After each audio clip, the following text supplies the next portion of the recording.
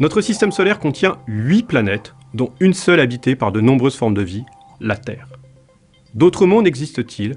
D'autres planètes habitables, en dehors de notre système solaire, existent-elles?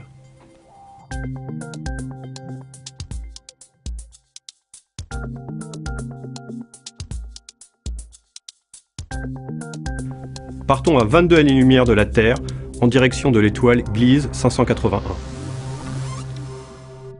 Gliese 581 est une petite étoile, une naine rouge.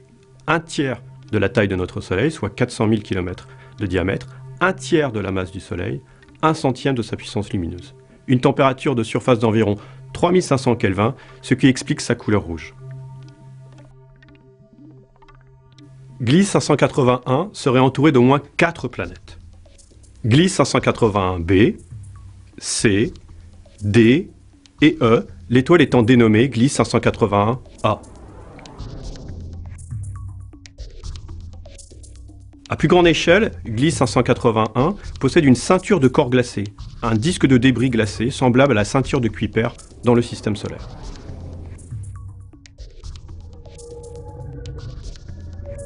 Comment détecte-t-on une exoplanète, une planète hors de notre système solaire autour d'une autre étoile?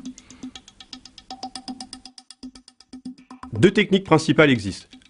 Tout d'abord, la technique du transit consiste à détecter l'exoplanète lorsqu'elle passe devant son étoile. Elle bloque alors une petite quantité de lumière provenant de l'étoile. En mesurant le flux lumineux continuellement et en détectant la périodicité de cette diminution, on peut détecter indirectement la présence d'une planète tournant autour de son étoile. On peut ainsi en déduire la taille de la planète et par la suite émettre des hypothèses sur sa masse, sa composition rocheuse ou gazeuse et sur son atmosphère. La technique de l'effet Doppler consiste à mesurer l'interaction gravitationnelle de la planète et de son étoile.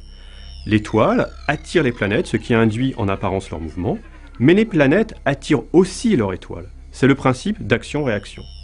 Ainsi, les planètes et leur étoile tournent autour du centre de gravité du système planète-étoile. Comme l'étoile est très grosse, sa position est pratiquement confondue avec ce centre de gravité. En mesurant la variation de vitesse d'une étoile par rapport à nous, on peut estimer le nombre et la masse des planètes perturbant l'étoile en question.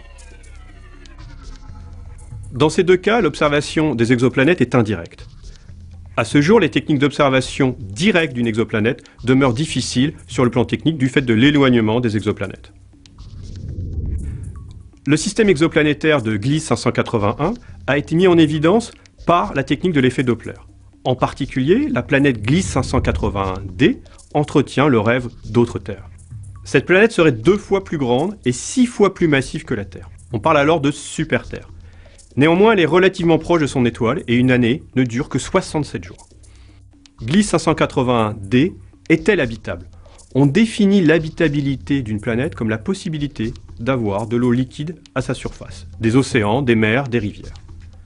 Cela dépend de la distance de la planète à son étoile. Trop proche, il fait trop chaud et l'eau s'évapore. Trop loin, il fait trop froid et l'eau gèle.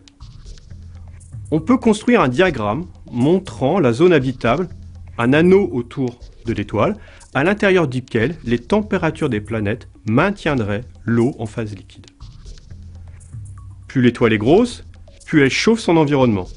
La zone habitable autour du Soleil est donc à plus grande distance que celle autour d'une naine rouge comme Gliese 581, moins chaude que le Soleil. La Terre est dans la zone habitable du Soleil. Gliese 581d est en bord de la zone habitable de Gliese 581. Bien entendu, être dans la zone habitable ne signifie pas pour autant qu'il y ait de l'eau liquide sur la planète. Cela signifie simplement que s'il y avait de l'eau, en premier lieu, alors elle pourrait être sous forme liquide. Mars et Vénus sont dans la zone habitable, mais ni l'une ni l'autre a des océans ou des rivières à sa surface. Des critères physiques propres aux planètes et des catastrophes influencent le maintien ou la disparition de l'eau liquide.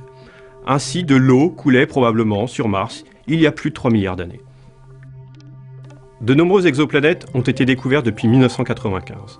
On en dénombre plus d'1 millier avec des caractéristiques très diverses. On les imagine comme des Jupiters, chaudes, très proches et tournant en quelques jours simplement autour de leur étoile. Des super-Terres, modèles géants de planètes rocheuses, ou encore des planètes totalement aquatiques. Prochaine étape, la découverte d'une exotère avec 3 soleils.